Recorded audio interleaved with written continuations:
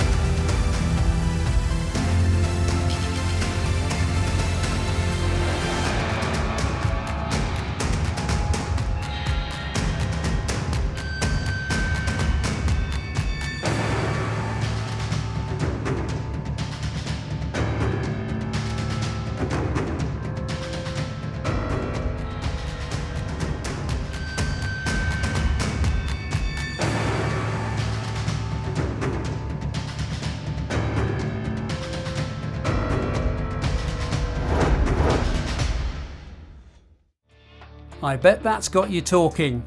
Well, this is the man behind what you've just seen. His brief was very clear. Design the ultimate utility 4x4.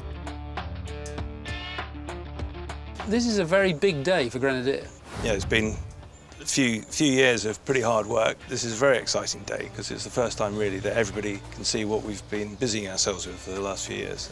Revealing the finished look of the car so early in its development, most manufacturers wouldn't dare do that. I think because we're not really restrained in the way that a big manufacturer would. We don't have to protect an ongoing line of vehicles. You know, the view is that we just need to be really open about it. We'd much rather get the actual car out there, test it, like to be nice and open. Why wouldn't you be? The story about a pub in London, the Grenadier, a bunch of blokes having a few beers and coming up with this plan to build the ultimate off-roader.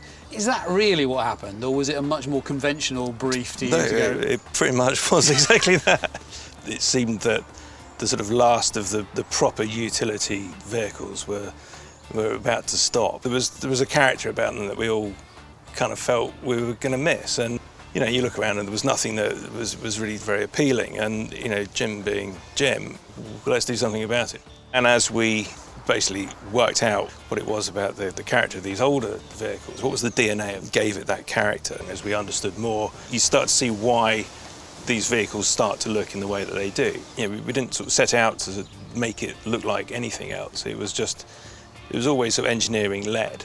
Function always wins. Where did your influences come from in the way you creatively thought about the design? Right at the beginning, I remember saying, we've got to design something super practical, really well built. If we can think of it in these terms now, all the rest of it gets kind of built onto there. If you look at any of the older, the Pajeros or the Nissan Patrols, the old Defenders, there's a real kind of easy to understand sort of visual on them. You can see how it goes together. There's no sort of clever disguising of A and B pillars, and it's just very logical. You can see that's a structural beam, that's where something fits. And I think that makes it a very comfortable thing to live with. So take me through in headline terms the design we've just seen, the exterior. It's not a very complicated vehicle. It has got that sort of boxy design, and that's really a result of a wheel in each corner, a ladder frame, then an engine of a certain size which needs a certain number of radiators and cooling and space for crashing, and obviously all the sort of departure angles and the entry angles and all that sort of stuff which we've tried really, really hard to respect. We have a round headlight, which again is about the sort of simplest form of a headlight you can get. It's almost like there's a tube that runs through, and then there's a rear light which is also round as well. We've got things like this sort of built-in utility rail and things that are kind of there. It's a canvas for people to go and build upon. I kind of see it, here's a vehicle that is massively capable off-road, but it's kind of up to you to sort of go and make it your own, down to the rear doors that, we've got a split door, we've got a really thin one that means you don't have to open the big heavy door. with a wheel on it. You can just open the little door, put your tool bag in there, close the door, and off you go. It's not a difficult, complicated route.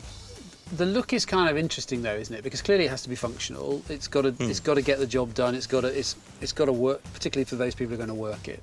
That's often engineer-led. So like the wheel arches, for example, you just mentioned, that wasn't anything to do with styling. That was going off with the engineers and driving this thing as on the most extreme off-road that they can. What's the limit? How much space do we need for these wheel arches? That's what we went with. Then that sets up quite interesting sort of design parameters there. So you're saying, well, we can't touch that because that's starting to compromise the performance of it. It's function every time, but actually you've still got to sell it. It's still got to look good. Because it's been sort of engineering led, it doesn't mean it has to be ugly. I think again in the same way that you don't have to build it badly because it's a working vehicle. We can still make it look good and interesting and really consider every square millimetre of it. I'm sure it will continue to develop, and also there's the sort of pickup version as well. It's going to be following hot on the heels, I think. Oh, so hang on. So I've always had it in my head that the station wagon is going to be the vehicle that is the Grenadier. Yeah. There's been lots of discussion about, well, yeah, but hang on, I want a tipper and I want a pickup truck and I want this and I want that. Is that already, you're thinking about that now? Yeah, certainly. And certainly the sort of double cab pickup is something that we've been working on in parallel. But yeah, certainly that's the mindset, is to make it a proper family. Because as a working tool, that is so important to end user.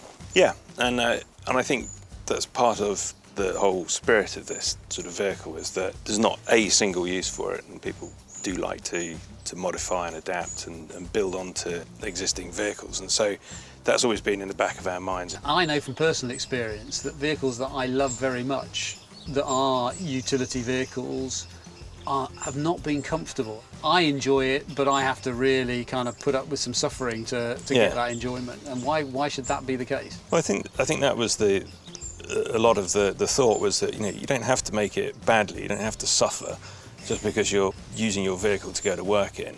You can be comfortable, you can be dry and warm. Obviously you're going to work with it, but if you are using it as a sort of recreation vehicle, it's still engaging and it's fun, but it's also comfortable, and that was a really big driver, I think. Are there elements of what we're looking at now that for you are kind of almost eureka moments? So much work went into that bonnet, and there's a really good moment on that actually, where they're saying actually we need an extra 2 centimetres for the pedestrian impact, and it's all right. Absolutely, everyone's checked that we can't get the engine any lower. No, it can't be any. So well, can we see the engine? But there's a big plastic cover on the top of it, and I said, well, do we need the plastic cover? No, that's just how the engine comes. Okay, well, if we take that off, oh no, it's fine then. You can't have known when you started this how it was going to turn out. Is it kind of how you thought it would turn out? I think probably about a year ago I thought, yeah, it feels really right now, and I got very comfortable with that, and then it's just sort of got better and better. Every time I go into the studio now and see it, I'm really comfortable with it. We've seen the clay. There's some more work to be done on that. So what happens now then?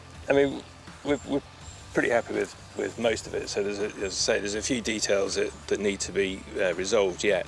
But also we've obviously got to do our testing, which we want to do in sort of plain sight, because we're partly because we're all really excited about it. I don't see any problem in kind of doing that openly and welcoming feedback and comments, and it'd be great to get people to actually test it and drive it, so we can make a truly brilliant vehicle in the end. I hope that's given you a real sense of what the Grenadier is going to look like and why. And yes, I know what you're thinking. You want to see more, don't you? We'll take a look at this.